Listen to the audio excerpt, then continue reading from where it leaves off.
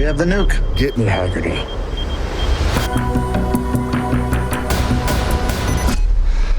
Who has one thumb and just saved Las Vegas? This guy! That mother... Oh my gosh! That's a great scene.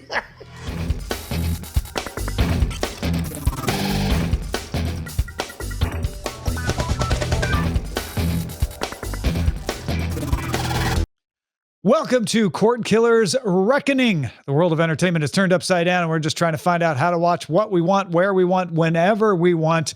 Where's the good stuff? I'm Tom Merritt. Hey, dude. I'm Brian Brushwood.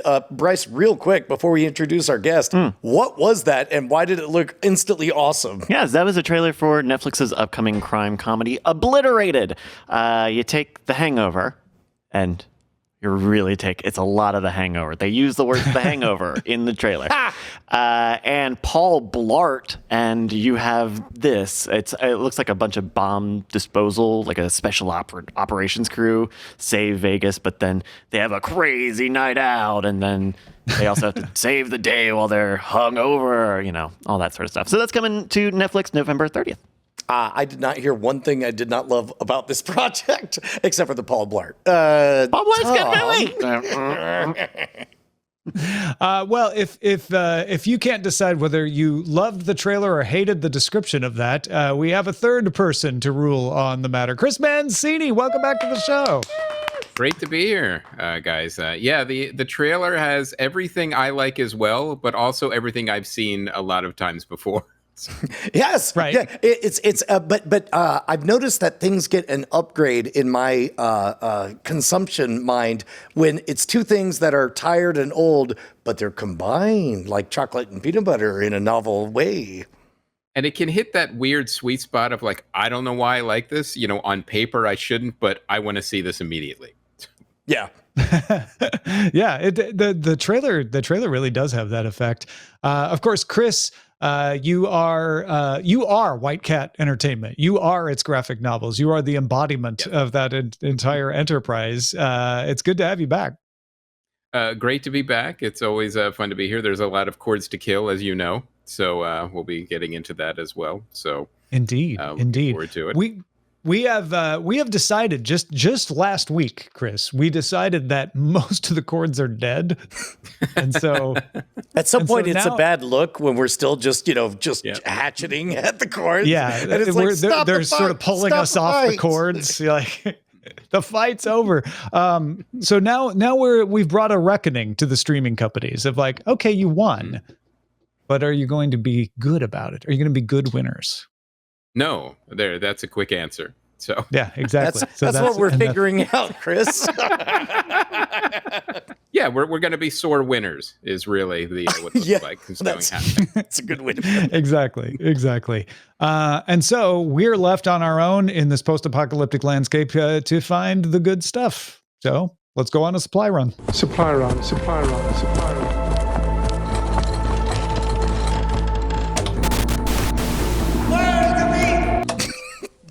No better way to ring in the new era of Cordkillers than to settle a strike. I feel like it's us. We did it. Writers Guild of America has accepted a contract with the Alliance of Motion Picture and Television Producers, and we got the terms. We knew the strike was over last Monday, but we didn't know any of the details. Here are some of the terms and rules that were agreed upon. First of all, regarding AI tools. So mostly large language models, ChatGPT, generative AI like DALL-E for images.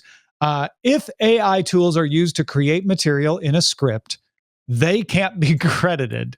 A WGA writer who used the tool must still get the credit. And of course, under WGA rules, the WGA writer has to be the writer who gets the credit. So you can't use somebody who's not in the union. But the point is, AI can't be credited as a source. Now, a studio also can't require a writer to use AI tools. Companies must disclose if any of the materials they are giving to a writer were generated by an AI. That covers if an exec, makes a treatment using ChatGPT, they have to tell them that. And companies may use writer materials to train their own models, but the WGA reserves the right to assert that such training violates the agreement or the law. In essence, this is the WGA saying, all right, we'll let you train your models unless we notice something we don't like, and then we have the right to stop you. If they don't like how it's being done, they can do that. More material to the writers is probably the pay versus the AI guidelines, because these AI guidelines seem fairly reasonable. Streamers must now share streaming data with writers so they know just how well the projects they've worked on have done. And this will inform new increased royalty payments made for streaming titles. So not Suits, but something like Stranger Things, made for streaming, that are viewed by 20% or more of domestic subscribers of a service in the first 90 days after release, give a bonus between $9,000 and $16,400 for TV episodes, and more, $40,500 for a film, if that film has a budget of more than $30 million. There's also an increase of foreign residuals expected to hit about 76%. So, Chris, it's mostly about money, right? What's your take on this settlement? No, it actually isn't. It's more about disclosure, because the studios never want to give away any kind of information or what they're doing. And money is definitely a part of it. But I mean, the whole thing started with like, well, you know, we're doing great. Our streaming numbers are great, but we're not making any money and we can't show you the numbers. I'm like, well, wait, how can you be doing great and then you're not allowed to show the numbers to the actors and the writers and the directors? It made very little sense. And that was one of the things that they fought so long and hard. Well, we're not making any money. Well, show us the numbers. We can't do that. So the fact that the guilds are getting disclosure on these numbers and streaming numbers is a big deal, because all of that translates then to money. But the transparency is a huge win. And it's also not just with the AI, but also with the streaming numbers, which they have tried since the beginning of streaming to hide and not share with anybody. And so that's a big deal. And all of that kind of just, flows into like making more money, and then of course we have like the minimum staffing requirements and all the things that the WGA fought for. But me personally, I think the biggest win was the transparency, to actually see what is happening, see what they're actually doing. And, the policing of the AI is really important, because you've got all of this. Basically, AI is in a way is kind of like copyright infringement and plagiarism. It creates existing things that artists have created and then, shoves it through a filter and then spits it back out. And then the actual people that made the original things that are feeding the AI don't get any credit. So all of this is fantastic. And I think it's the transparency and policing that are really the big wins. And I think you're going to see similar gains on the new SAG agreement. When I started becoming an entrepreneur and independent, I forget where the source was, but there was a book that informed me that when people work for a company, there are different currencies. It's not just the dollars, it's also the respect. It's also the credit. And we see that in Hollywood all the time, where people will give up massive amounts of money in order to have them be a producer instead of a co-executive producer or what have you. And I totally grok all of that, along with the fact that I grok that you want to know that what you're doing matters, and you want some sense of an ability to track it. That was something early on that I craved so very, very much. When we started Scam School, I was like, can you just give me the metrics? Can you let me know what's working, what's not working, and how many people I'm impacting and all that stuff? And there is value to that. And many people would be like, why? What do you care? You got paid. And it's like, people don't go to Hollywood just to get paid. In fact, if you wanted to get paid, you would probably never go to Hollywood. You would probably go literally anywhere else. Yeah. And you see the differences too of like, it's not just like you said, the credit, it's the opportunities, and also the way studios and streamers look at the value of the artist. Is it just a cost that should be reduced at any, at any way we can, or is there a value and is this a commodity? And that's kind of the thinking that always kind of needed to change. Do you remember that movie, Wag the Dog? Oh, sure. Yeah. And do you remember the end where Dennis Hopper was absolutely, I'm sorry, not Dennis Hopper. Dustin Hoffman was absolutely furious. Like they went through this whole thing. Is like, I don't care about the money. I want the credit. I want the credit. I want the credit. I want the credit. And I'm thinking that is the truest piece of Hollywood that, Yes. that is in this movie, and had a lot of truth in that movie. But that was like a super real scene, and you're absolutely right. It's really, and then when you get to a certain level, especially with producers, then it's all about the credit after that. And I would say in a world built on fantasy storytelling, Hollywood, it makes sense. It's like, no. I want everybody to know that I'm the one who came up with this particular character or this particular scene or what have you. Mm-hmm. Yeah, I feel like the days of J.D. Salinger are kind of over, where I'm like, no, I'm going to be a recluse and I'm not going to do interviews and no one can ever talk to me. No, it's more, I want to be on Instagram or TikTok and people need to know this was mine. Yeah. It felt to me like this strike was mostly about streaming, the way previous strikes were about webisodes or DVDs or whatever the new format was that the old agreement didn't contemplate. 100%. And yes. that's where we were, is that, hey, we don't have any rules around this new format that's bringing in tons of money. It's time we agree on how this is all going to work, money, credit, and the rest of it, right? Mm-hmm. Absolutely. And it's really that a lot of times, like you said, kind of triggers the strikes. It's always, there's always a little bit about money, but it's also about the new technology and how that money will be generated or hidden is really well, and there is a little bit, if you read some, I think there's some Freakonomics articles on it or something, talking about respect and honor culture. It makes me think of Miller's Crossing, the whole what people will go to because somebody gave them the high hat. That is primal to humans, and if people are respected, which makes me think of the AI thing. Like, on the one hand, yes, AI is a tool. GPT model is basically the sum total of written knowledge of all humans before it, gone through a filter. But it's like, no, but I'm the one who had the idea that was made flesh through this tool. And much like Photoshop or whatever, people don't say credit artist, also Adobe. They just say credit artist. And that totally makes sense to me. Yeah. I felt like if the only issue here had been the AI stuff, there wouldn't have been a strike, because I look at what they agreed on with the AI and I'm like, none of the violations of these rules were likely to have ever happened. And if they did, certainly not more than once. Isn't it weird how the strike started with like, hey, we're not going to give you anything. Yeah. You're absolutely right, Tom. If it was one issue, they would have moved forward or figured it out. But yeah, it was a gauntlet that was thrown down and not expected to be picked up. Oh, that's interesting. I didn't think about it that way. Like there was simmering frustrations, and the moment I suspect the pandemic ended. So imagine being a writer in who your passion project came out in 2018, and then imagine watching the world catch fire with the pandemic, everybody being forced by law to stay at home. Imagine reading article after article after article about how streaming is king, and you didn't get paid and nobody knows you did the thing that you did. Yep. And there's nothing you can do about it. I would imagine that you would hit kind of a tipping point. And so I think I just had an epiphany. Like it makes sense that this would be the time that everybody would, snap and be like, never again. That was awful. And at that time, we were all pitching animated shows. Right. Because those could be made, remotely. You know what? Some of us were pitching an animated show that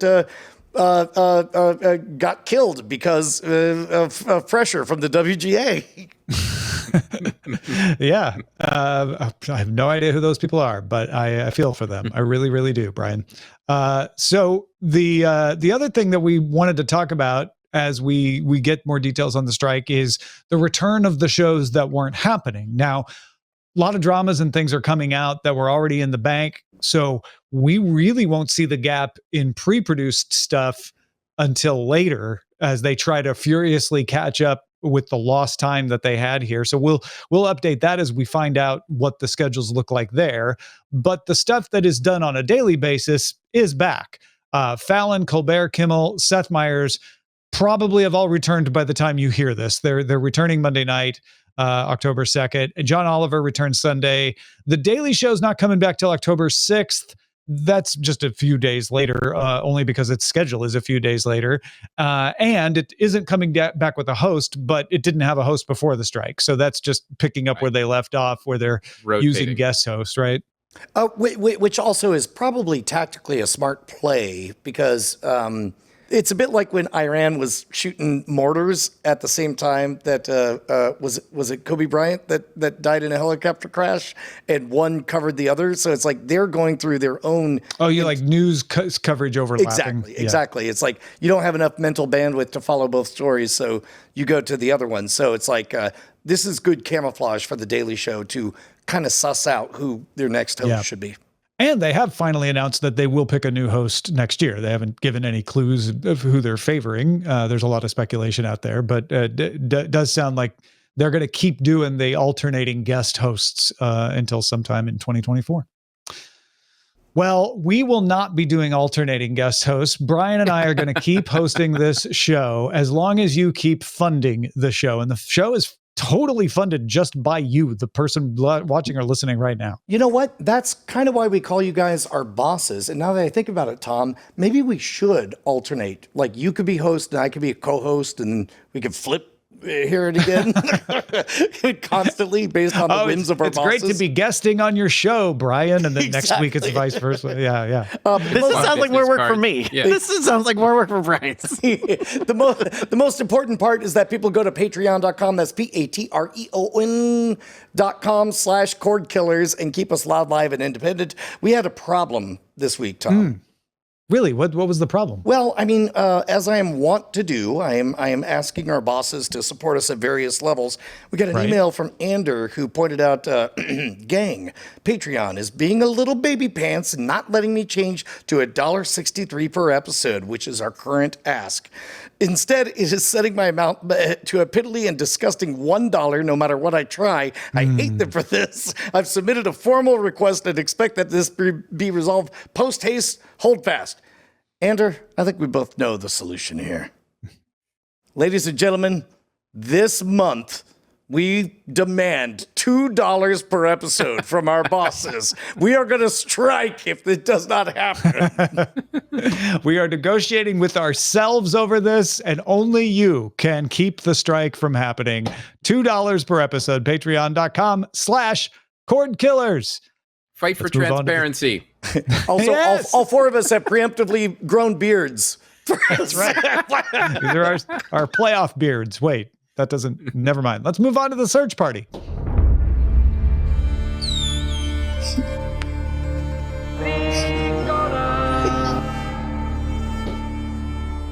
We are in search of good stuff to watch, and Netflix trying to give us tons of it if you're an anime fan. It held its Drop 01 event to announce new anime content, premiered the first 3 episodes of Castlevania Nocturne before it came out. It's now all out. Came out September 28th. Kevin Smith's Masters of the Universe Revolution is going to return next year. There was a first look at the animated Tomb Raider series that'll be coming in 2024. Clip of Scott Pilgrim Takes Off was released. That one's coming November 17th. Blue Eye Samurai coming November 3rd.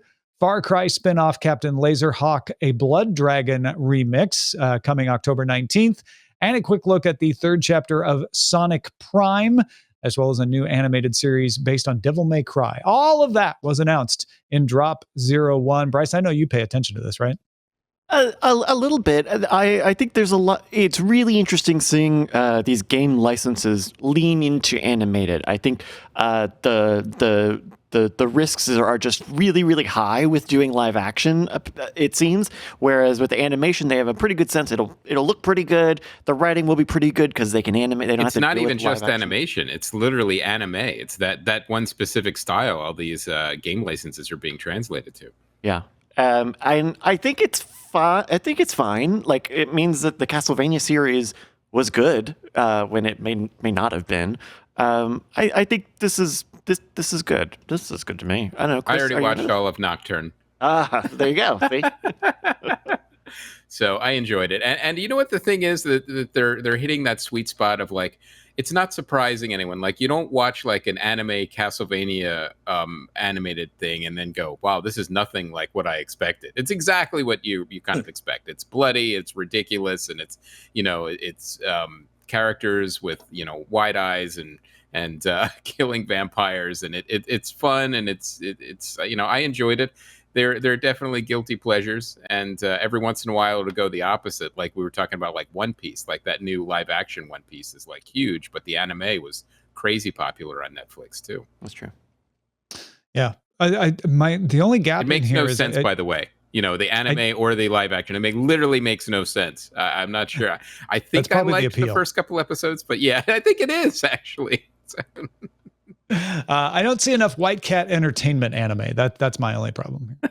It's in the works, Tom. It's in the works. Good. Warner Brothers Discovery launched CNN Max inside of Max. So if you have the streaming service, you get it. It's not like a separate service like CNN Plus was supposed to be. That started last Wednesday. A lot of it is similar to Netflix in a week, probably. So a lot of it is similar to what you get from CNN on cable.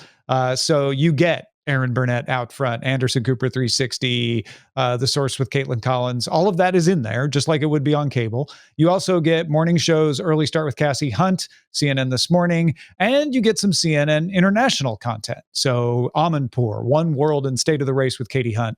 And there's some original programming. So it's kind of a mix of the best of all of the CNN channels, including some new stuff like CNN Newsroom. In addition to the live stream, there are also about 900 hours of CNN live programming. So that includes a lot of their docs, Who's Talking to Chris Wallace, Anthony Bourdain, Parts Unknown, Stanley Tucci Searching for Italy, stuff like that. I don't know about y'all, but this just feels like the thing that all the streaming services need to have now, except for Netflix. Hulu includes ABC News. Paramount Plus has CBS News. Peacock has NBC News. Everybody's putting a news program into their streaming service, except for Fox, which doesn't have a premier streaming service, unlike the rest of them. Well, and we'll talk a little bit about this more later, but this is part of the reason we're doing the Cordkillers Reckoning thing, is because we're seeing these streaming services consolidate, and they've congrats, you stabbed the king right in the back. How are you going to deal with that? Try to become the king. Yeah. So yeah. They're trying to figure out like what do we call them, hubs? What do we call them now? It's like, you have HBO Max and then it's Max, and now you have CNN underneath it and Adult Swim and all of these sub brands underneath. And they're still struggling with how to present everything. Every streamer is, because as the libraries grow, they're trying to figure out better ways to present them. Oh, they should be doing that. Instead, they're selling off bits and pieces randomly. So that's the other weird opposite thing of that as well. Yeah, it does feel like Max particularly, Warner Brothers Discovery particularly, is trying to say, we're the everything app. You don't need anything else. And the fact is, that's never going to be the case. Nobody ever just watched NBC, right? When you could turn the channel to ABC, you'd watch it sometimes, and you watch a little bit of everything. That's one of the complaints, is people say, well, I can't afford to get everything. I don't think everybody should get every platform, but people are going to have more than one. And so people aren't going to rely just on one platform for news, sports, and entertainment, because some of the sports they want isn't going to be on Max. It's going to be over on ESPN, or it might be on CBS Sports or something like that. So it's always going to be a mix. It's just we've gone from 12 channels under a corporate umbrella in cable, where you have to pay one fee to get everything, whether you want to or not, to platforms that each have a collection of things all in one app, and then you decide which ones you want to pick. I've noticed that humans tend to, there's a subsection of us who, the moment they find out that everyone likes a thing, they want to be the one who doesn't like the thing. And so in general, I tend to be resistant to, for example, Twitter becoming X, the everything app, allegedly. Like my daughter flat out says, if it's popular, it's not good. And she can't break herself of that. So I don't think that's a great way to go on that. The next season of True Detective Night County is coming to HBO. January 14th. And I say HBO because some people still just get HBO through their cable service. Obviously, if you have Max, you get HBO in there too. It stars Jodie Foster and Callie Reese. A trailer is out for the 6-episode series. Issa Lopez is showrunner, writer, and director of all the episodes. So under that new WGA thing, they get to do that because you can have a single writer as long as they write all the episodes. So this one, just looking at it, like I have such affection and trust for True Detective as a brand or as a vertical that it's like, yeah, I get it. Instead of swamps, it's cold. Instead of men, it's women. I'm like, I'm in. Like, I trust you, True Detective. Tell me yet another excellent story. Are you a True Detective it's fan, an Chris? anthology. It's an anthology with different stories and detectives, and there's a lot of debate on which seasons are better than others, but I'm glad it's coming back. Yeah. And this is the first one with Issa Lopez doing everything, I believe. I believe you. Yeah, it's a departure there too. So we'll see a different style of True Detective. Another thing that's helping movie theaters is concerts. Not live concerts in movie theaters, but movies of concerts in movie theaters. The Taylor Swift The Eras Tour movie will now release worldwide on October 13th, more than 100 countries. And Beyonce has entered the chat, releasing a trailer for her concert film of the Renaissance World Tour, which will come to AMC, Regal, and Cinemark in the U.S. on December 1st. So one thing that struck me when I read this article was that people tend to like being around other people. And for a hot minute, we weren't able to do that. And yes, we were technically able to watch the concert while everybody was safely socially distanced or whatever. But I think there's a deep psychic wound, even if you're not actually at the concert, which, by the way, concerts are blowing up, vacations are blowing up, all that stuff. But just seeing all these people happy together, I think is kind of what people are hungry to watch. Chris, you ever seen a concert in a theater? This. It's the kind of thing, it doesn't interest me, but I get the appeal. And I wonder if it's only specifically like, there's only a certain, like, it's like the superstars are able to kind of pull it off. Whereas, as you kind of go down the list, then it's like maybe not as viable. But I'm curious to see. Because the other thing that it helps is the movie theaters, because there's less product being released and they're trying to figure out what else they can show that people will show up for. So it's kind of a win-win. For these acts specifically, I think also a big part of it is the cost. I mean, these are probably the two biggest tours probably in the world at the moment, if ever, and they're expensive. They're hundreds of dollars to go to these places, to fly in, spend the day, or like, hey, $20-25. And you'll get popcorn, and you're not going to blow your ears out at an AMC. Like, I think there's a big value play here that even for a Taylor Swift or a Beyonce, I think there are a lot of artists who you can bring the notoriety down and still do something like this really successful. Well, and we also have stuff like at the Sphere in Las Vegas, U2 performing. Like, I would love to scratch the itch of wondering, what does it look like to be there for only $15 or whatever? Yeah, I've done this more than a couple times, and what's cool about it is, yes, you can watch these sorts of things in your own home. That's not new. We've had concert DVDs and even videotapes going back for ages, but you're not around the other people, like Brian was said, enjoying the concert, right. And you get, when you go to a movie theater to see this, a little bit of that concert feel, because you're around other fans who know the songs. You're seeing it in a bigger screen than you would have in your home, so it's a little more immersive, and the sound's really good in theaters, and so the music sounds good. And I wonder how far down that level goes. Like you were saying, Chris, like Taylor Swift and Beyonce, no brainers on this. Right. Dedicated fan bases like BTS have been able to do this for years.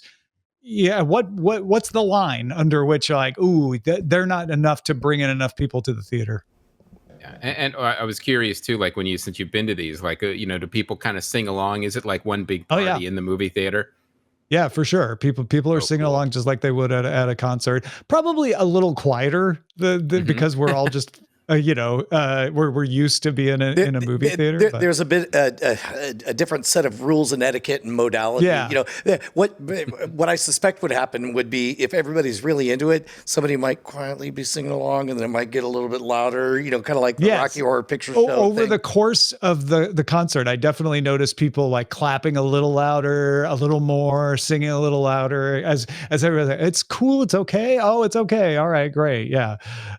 So it is kind of overcoming a social norm to do that. But I think we're going to see more of this kind of thing. I'm actually curious what besides concerts will break out. Fathom Events have been doing this sort of thing forever, right? Right. The new thing here is the size of the artist and the fact that it's directly the theaters distributing this, not a Fathom Events where they're renting out the theater and then reselling the tickets. Yeah. This could save concert. Well, they probably films. looked at the Fathom model and went, "Hey, why don't we do this without them?" Yeah. Exactly. Bryce, I think you're right. It's Because- like in the 1980s, not every band came to your town, and you got to watch the movie of the performance. Not to mention like the authoring of those discs. Like even nowadays, Blu-rays and DVDs are $60, $70, $80 for a concert film, depending on what you're getting. And then you got to really love it. You got to really want to own it. And the tough thing with streaming, we've seen some of some acts go to to Amazon Prime or Netflix, but then I think you lose some of the specialness of doing it. You lose out on a revenue source because you could just be selling those people tickets. And that all feeds into okay, this makes more sense to do a concert, to do a tour, and to film it, right? Because you're not just trying to sell people a plastic disc. And I feel like you're going to sell more plastic discs. You're going to sell more streaming. You're going to stream more songs because people will go to the concert. They'll get excited. They'll go home. They'll start to fire up Spotify to carry on the mood. And then when the streaming version is up for sale or available on a platform, people will watch it again because they'll want to recapture that mood if they had a good enough time. Yeah. Yep. Absolutely. Netflix released a trailer for Leave the World Behind, starring Mahershala Ali, Julia Roberts, Ethan Hawke, and Kevin Bacon, written and directed by Sam Esmail, about a cyber attack that collapses society. It comes to select theaters November 22nd and then Netflix December 8th. Sam Esmail. Yep, You had me at Sam Esmail. Every single episode of Mr. Robot, the moment I saw directed by Sam Esmail, I knew it was a good one. It was. I'm very excited. I know that whatever it is, it's going to be clever. It's going to be engaging. It's going to understand that we're playing chess between the storyteller and the story listener. I cannot wait, and I will not watch any more trailers of this. It will, and because it's going into theaters, it will be in movie theaters just long enough to qualify for awards. So, and then it'll be on Netflix. I'm okay with this. Yeah. But it is interesting to see Netflix. They used to just put it in theaters the same day it came to Netflix, and they'd still qualify for the awards. They are doing a few more of this, we'll give it a little bit of a lead time. We'll give it a couple of weeks in the theater. They haven't quite figured it out because they could probably let it play in theaters. Some of them, like the Knives Out sequel that they did, that was doing very well in theaters, and they kind of pulled it because they already only planned to have it in a certain amount of time. But some of these movies can do very well in the theaters. I think I'm hoping that they're kind of looking at that again, going, maybe we'll have an open-ended theatrical run and see what happens, or at least longer than 2 or 4 weeks. Yeah. Well, I would imagine that they looked at the numbers and realized that, okay, we don't necessarily make a lot of money with the theatrical release because, we have to split revenues with all of the theaters or whatever. However, the buzz is, this intangible thing that it ends up drawing. And one thing we've noticed on this program is that Netflix seems to be essentially picking up cake crumbs off the floor at this point. They seem to be flattening out. So I wouldn't be surprised if they would take the loss, air quotes, on splitting the revenues in order to make something kind of a cultural hit in order to draw more people into the platform. Yep. Interesting. Yeah. And finally, James Gunn confirmed that the following DC actors will continue from the legacy DC universe pre-James Gunn into his new universe. So the actors will continue to play the parts. Xolo Maridueña will continue to play Blue Beetle. Oscar winner Viola Davis will still be Amanda Waller. And John Cena will remain Peacemaker. That doesn't mean that's the only set of actors that will continue. That just means those are the Correct. ones James Gunn has said so far. Yeah, those are the only ones he's announcing. I mean, I wouldn't be surprised if the entire Suicide Squad ends up in the in the new DC James Gunn universe. So, but that's absolutely right. Like, don't take that as these are the only ones. Everyone else is gone. These are just the 3 that have been announced so far. It's so Are these funny the to 3 me. that had contracts? Is that what that means? Right? Yes, that was no secret. Yeah. Right. And knowing that, like, you have to issue a press release and that costs money or whatever, essentially, like, money was spent for James Gunn to say, these people are cool. I like them. And that's Yeah, it. They're going to be around.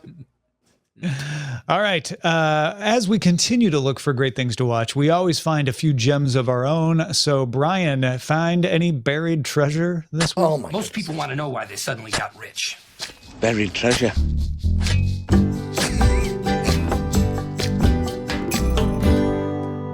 Bryce, I can't wait to talk about these bumpers. I like Hal. We got Hal with us today. Okay.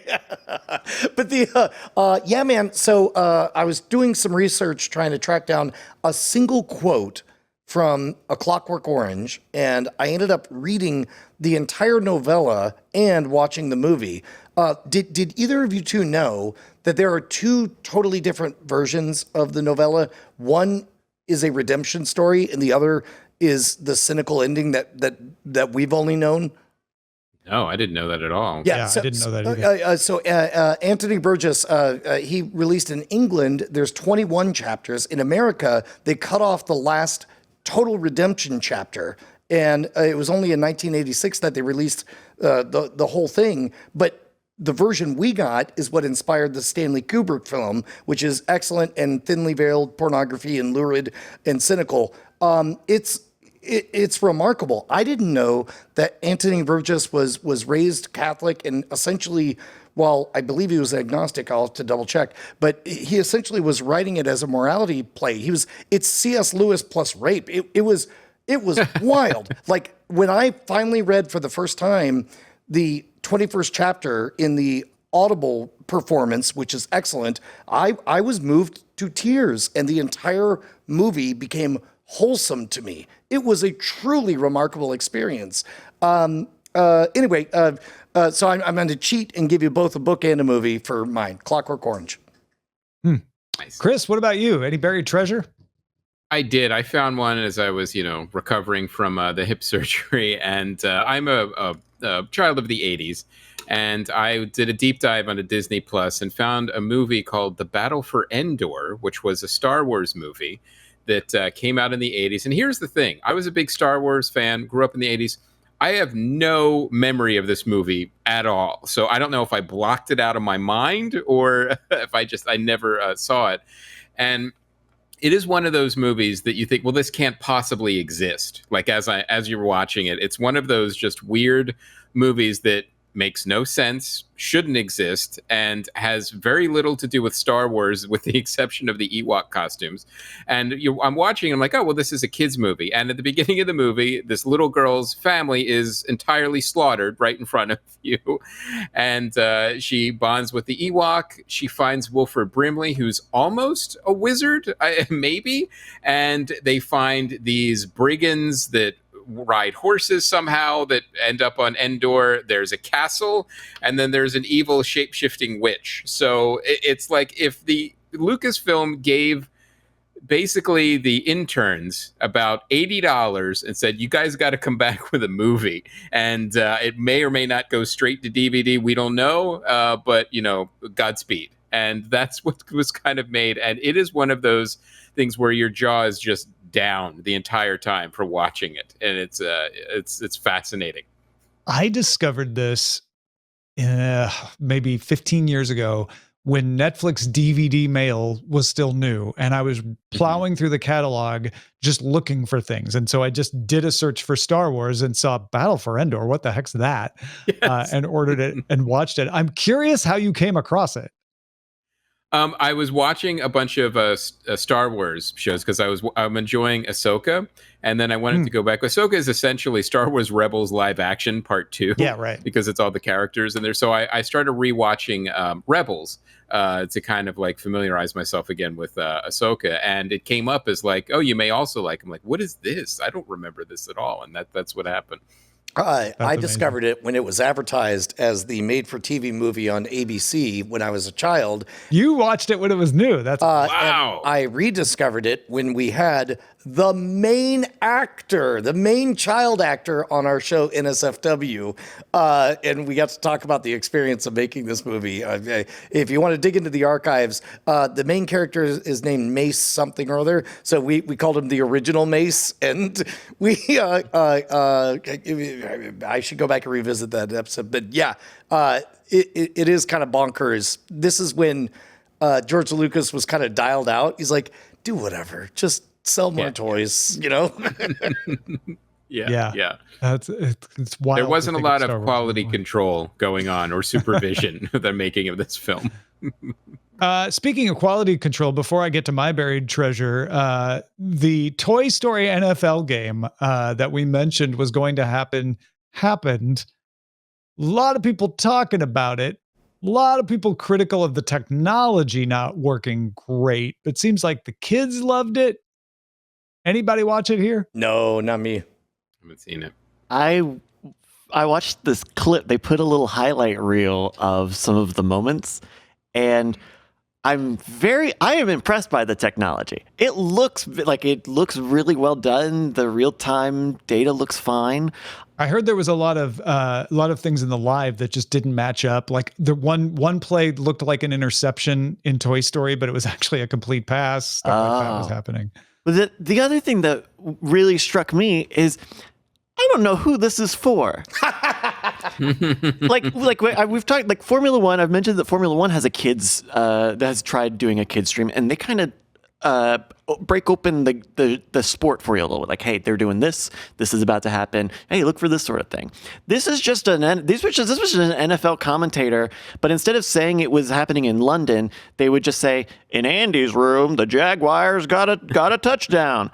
Like it was not like they were making it for kids.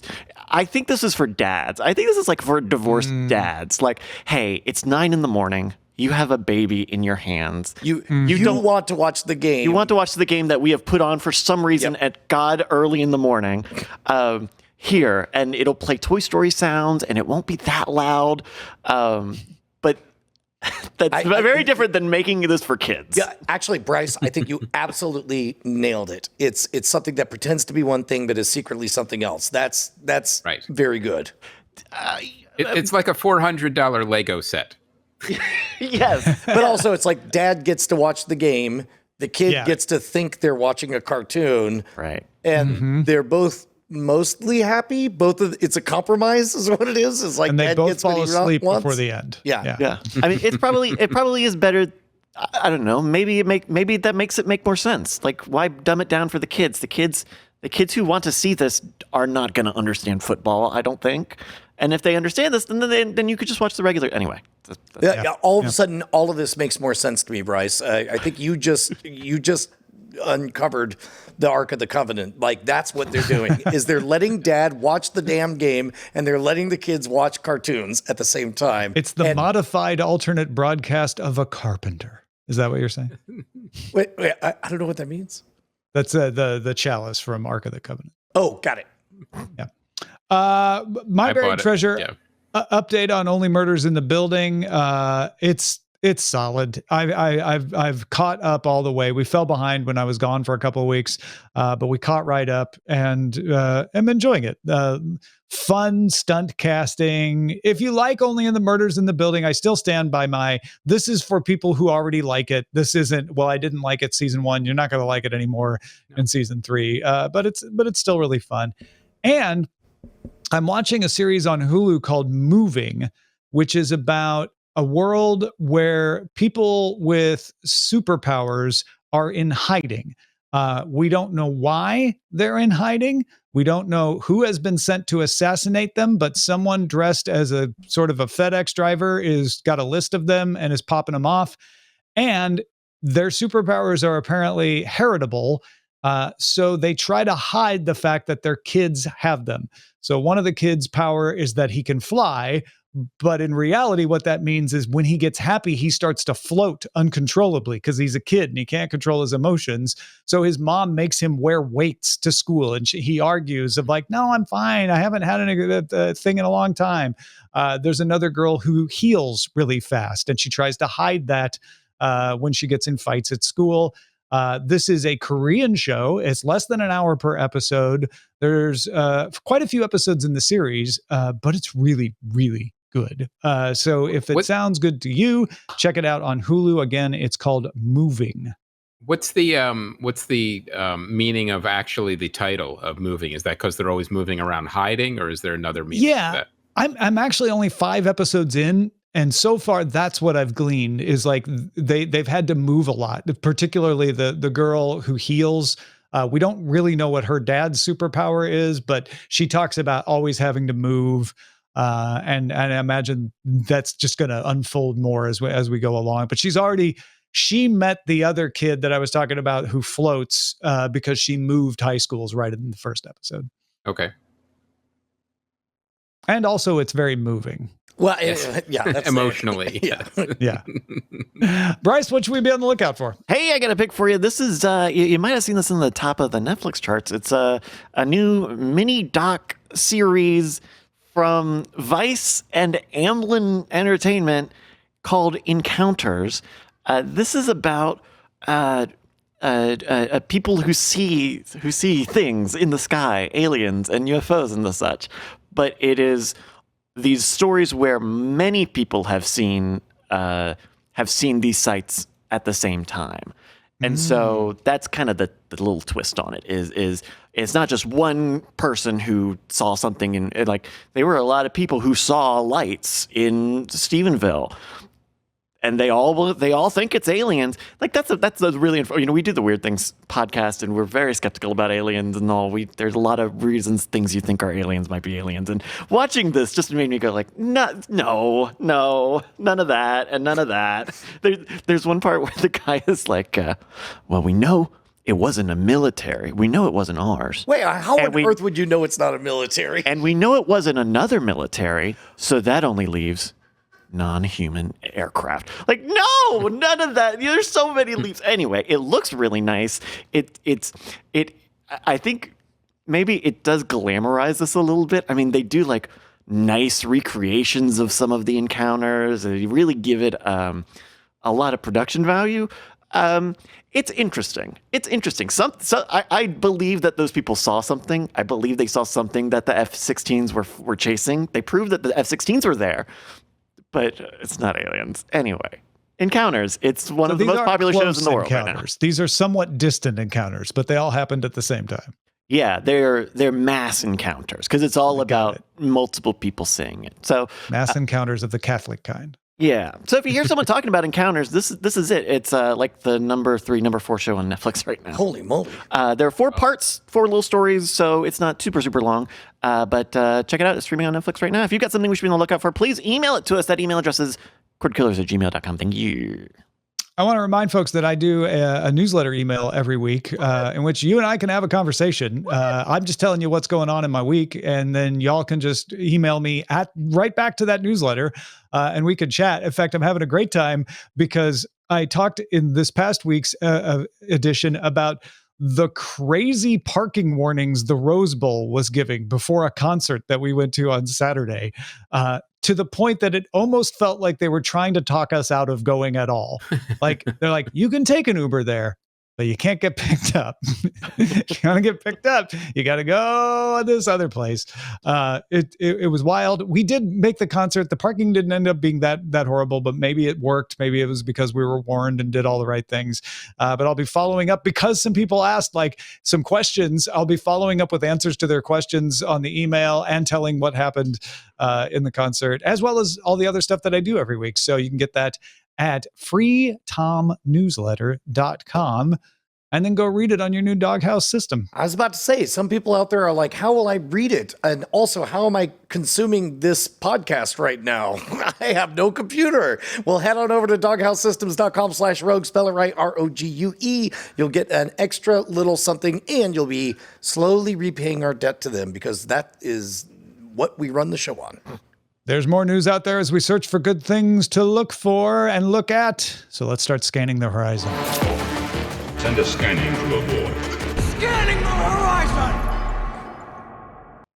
Disney began its own password sharing crackdown in Canada, or it will. Starting November 1st, sharing passwords outside your household is an explicit violation of the terms of service in Canada. It's always been kind of against the rules, but they wrote it into the terms very explicitly.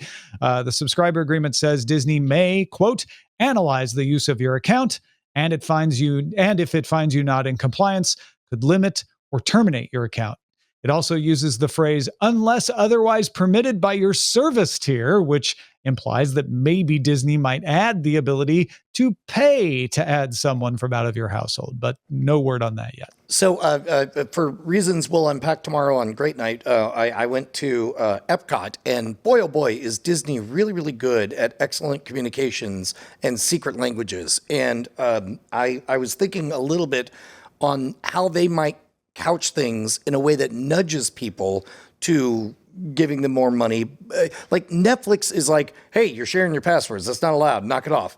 I don't feel like Disney, that's not in their character diamond. Like they would say terms of service are very different than how they'll design their interactive experience, right? Correct. And so I wonder what the experience might look like that they would couch this in, as they, very clearly have precise tracking of who's logging in on what password where. Oh, who are you? Oh yeah, they know. You're not in this household. Let's sell you an add-on. Free ad-supported streamer Tubi has added a chatbot that's powered by ChatGPT. The feature is called Rabbit AI, and it lets you search natural language and get up to 20 recommendations. You can also have contextual conversations to help refine the search if you didn't get exactly what you wanted the first time. Rabbit AI is rolling out as a beta feature on Tubi's app to about 2/3 of users, and users who pay for ChatGPT and can get it as a plugin. Yeah, so if you pay for the ChatGPT, you can get a plugin from them to get it on Tubi, even if you're not among the 2/3 of That's the interesting. users. Yeah. Tableau released the 4th generation of its Tableau DVR. 4th generation. Remember when we covered the first one? It has onboard storage, so you don't have to bring your own, capable of keeping up to 50 hours of video. 2 ATSC 1.0 tuners, so you get over-the-air broadcasts. Has an app with 70 free ad-supported channels. In fact, you can even set the DVR to record the free ad-supported channels, letting you skip past the ads later. Doesn't require a subscription fee for the guide anymore, and it's $100. Does not support viewing or recording from satellite cable or streaming services like Netflix. Does not stream video out of your home network. So those are two things that it cannot do that previous versions could. There's no more remote viewing. But hey, you can record free ad-supported streaming, fast channels. That's interesting to me. When they say they have their own channels, like what is it? Is it just like their own kind of curated channels? And it's the same thing you get on Pluto and things. So they've collected channels from Paramount and other places. Just they're not providing the content. It's just their own collection of them. Meanwhile, perhaps sensing the reckoning coming, streaming companies have formed a lobbying organization called the Streaming Innovation Alliance. The Alliance of Streaming Innovators, or SIA. Members include Netflix, Disney, Paramount Plus, Warner Brothers, Discovery's Max, Peacock, Televisa Univision, and For Us By Us Network, Vault, and Afroland TV. Apple, Amazon, Roku, and Tubi are not currently part of this group. I think this is a smart play, guys. I think that this is an emerging space that is now 15 years mature, and it's begging for some kind of official governing body. Yeah, and what we all need is more lobbyists in our lives. Mm-hmm. So I think it's really a positive. Wait, look, I'm not here to judge. I'm just saying that, like tactically speaking, I think this is a smart play. Oh, Yeah. absolutely. It was inevitable too. I think it's really interesting about the streamers that are not that did not join, like especially like Apple and Amazon. I'm like, I would love to hear like the reasons why they decided not to, unless they're going to start their own. I don't know, but it's it seems like a no brainer that everyone. It's like all the pharmaceutical companies, but Pfizer join a lot. It doesn't make sense. Apple's not a joiner, so it doesn't shock me. They often join later. They aren't the first ones into the pool and stuff like this. Amazon may just be looking at the fact that its video streaming is so ancillary to everything else. I don't know. Roku, you think would be in this though, and Tubi as well. Keep in mind, Roku is in a very dominant position right now. Like they have the hardware install base, and so it makes sense. Basically, this is the part where everybody sifts into. Do you care who runs this lobbying organization or do you not? And if you basically Apple, Amazon, Roku, and Tubi have announced, yeah, we care a lot, and so we're gonna sit and watch and see whether or not this is a ramshackle organization or not. The only disappointing thing about this is that I couldn't figure out a good Sia joke to make about the song Chandelier. AMC Networks launched its ad-supported version of the AMC Plus streaming service. So instead of $9 a month, you pay $5 a month. And they say it'll be 5 minutes or fewer ads per hour and all the same content that you would get on the $9 a month tier, just with ads. Yeah, I don't know. Just join a bigger streamer. Just stop wasting our time, AMC. Just get bought. Is that what you're saying? Yeah. Just get bought and go into with the big boys. Oh, don't worry. It'll by May of next year. I think we'll be talking about the fact that they got bought. Though I would say if you're watching 2 AMC shows, and if you would buy them for $2, I mean, we're getting back to that sort of math, right? Like, $5 is not bad. It's not that bad. And you watch. How much do you like zombies? Yeah. I mean, to be honest, this is not video related, but The Economist is about to spin up their podcast thing, and I'm like, do I really want The Economist to vanish from my life? And I think I'm about to. It's only for $20 a year, right? They make it sound exactly right. You're barely paying anything. Yeah, I mean, if you're a fan of Daryl from The Walking Dead, he'll keep playing that character until he dies. I have a feeling. Yes. Good character, for him. By the way, a little trivia: not in the comic book. Right. It was created just for the show. Yeah.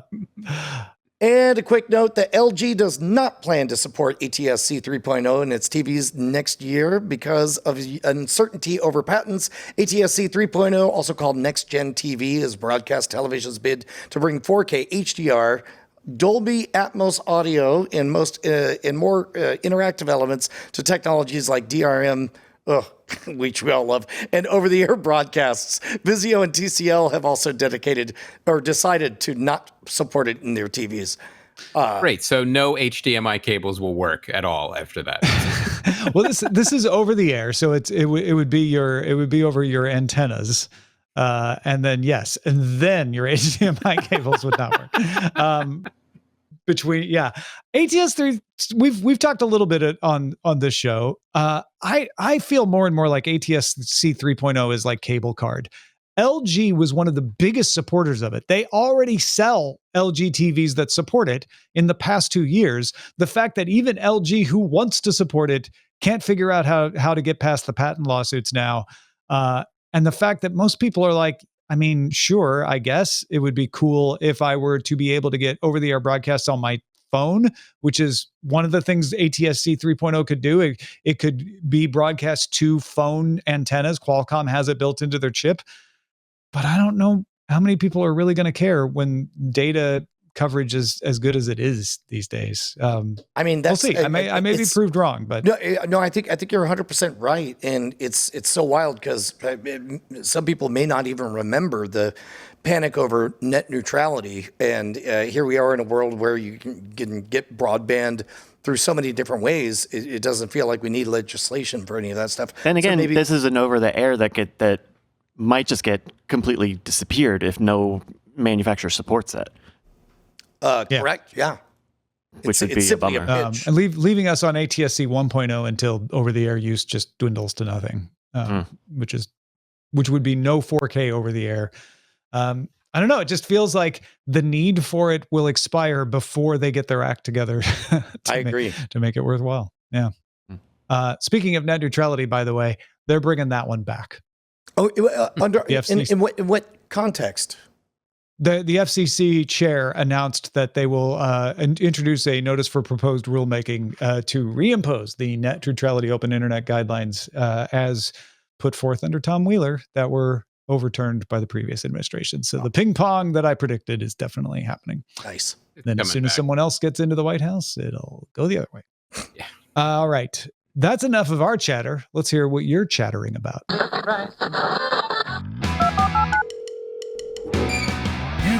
Got mail.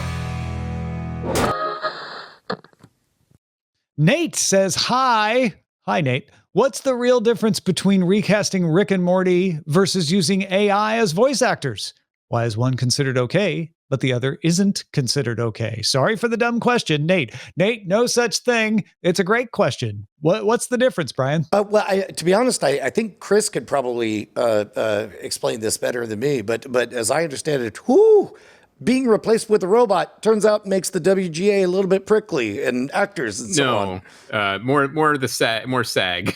Yeah, sorry, this SAG. This is SAG, the not WGA, but the yes, union is they again with AI. It's very clear that they're not going to stand for it, especially when you have an actor that's been voicing something for years.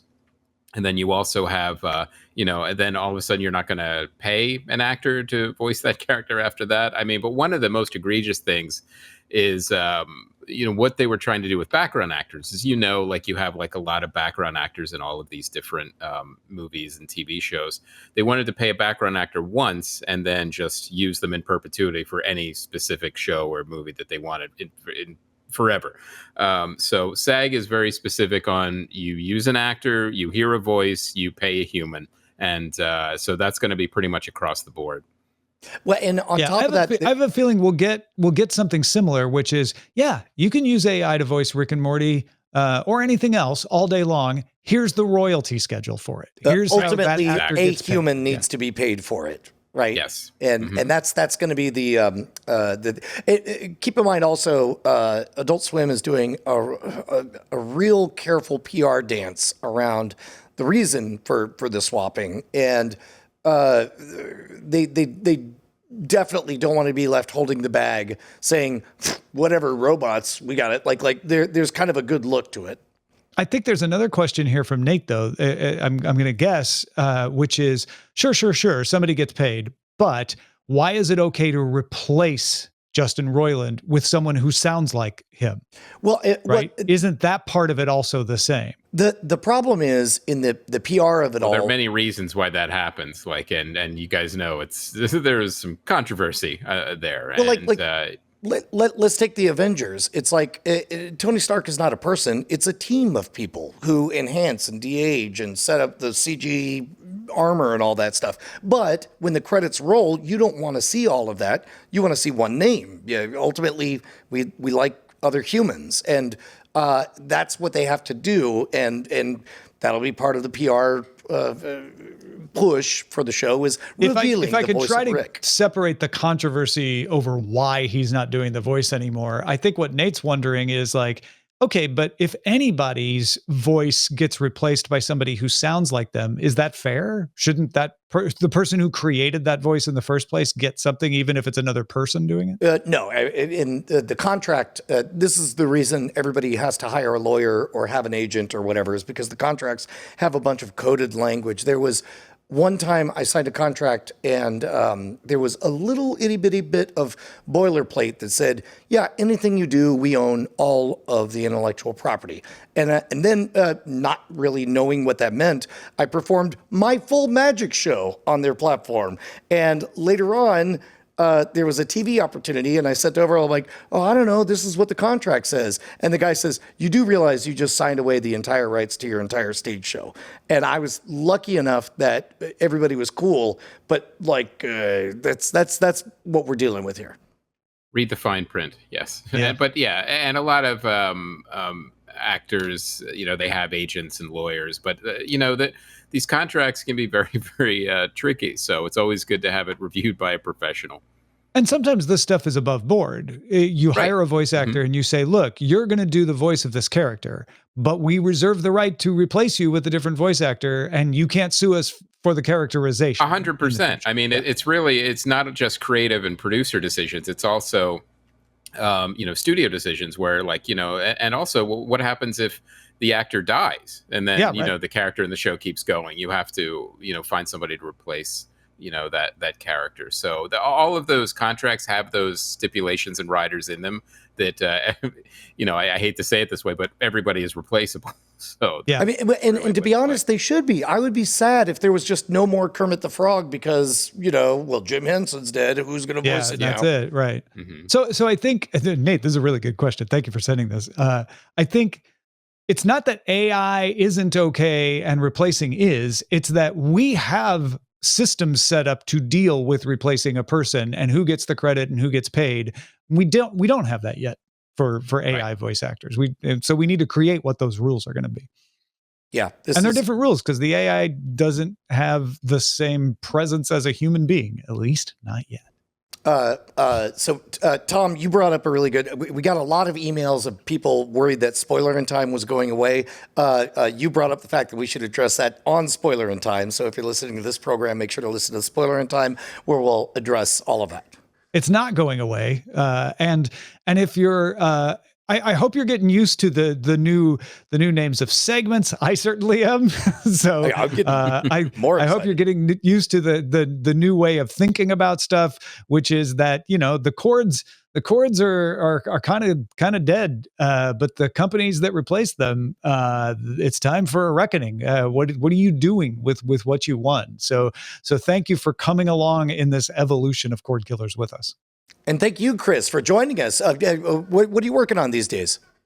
Well, it's Kickstarter season, so usually when I'm on, I have a Kickstarter going, and this is actually a sequel, Long Ago and Far Away 2. Like, if you guys remember it's more than a year or two ago, a couple years ago, we did Long Ago and Far Away, which is essentially like Narnia meets Clerks, where instead of British school children going through the wardrobe, it's mouthy 30-year-olds who are going nowhere in their lives, and that was the first volume. This is the sequel. And due to their adventures in the world the first time, the main character now has a son, but since time passes differently, like in Narnia, the son is now 20 years older than him and is pissed off at getting abandoned and tries to basically kill him in a hotel room at Comic-Con with a sword. So that's kind of how the second volume starts. And one of the things I always love about kind of like mixing like the fantasy comedy, there's a lot you can kind of explore. But what I also wanted to do is kind of explore like the different points of our lives of, being that childhood wonder, regaining that sense of like, that inner child. But then also, can you move on from being a child to actually being a parent and how parenting is messy? And then, of course, I add zombies and necromancers and hot witches and, elves and all sorts of other things to make things more complicated for our heroes. And if you missed volume 1, there's also catch-up tiers, so you could grab volume 1. So it's comprehensive. There's less than 3 weeks left. It does need some help to get to the goals. So any support you guys can give out there is super, super appreciated. You can go to whitecatentertainment.com, click through there, or you could just go to kickstarter.com and look for Long Ago and Far Away 2, Son of Elvenwood. So thank you for your support, Cordkiller supporters. Get out there and support them. whitecatentertainment.com. Our website is still cordkillers.com. Our email address is still cordkillers@gmail.com. We're live on twitch.tv/Night Attack, Mondays at 7 p.m. Eastern, 4 p.m. Pacific. Still? We'll see you next time. Oh, we're not done yet, Brian. What? We have more? Yeah, look at all those names scrolling by. Tom, we just did so many hours of insights into the world of cord killing. But you know why we were able to do all those hours? It's these people right here. These are some of the greatest people of all time. Oh, better than Abraham Lincoln? I believe who's on this list. Better than Abraham Lincoln's ghost? Yes. Better than Richard Nixon? Yeah. Oh, okay. Hard to conceive, but I am not a crook or a liar when I tell you they are. Why are all of these names either future or past presidents? It's really weird. Yeah. Thanks, everybody. Presidents, everybody. Diamond Club hopes you have enjoyed this program.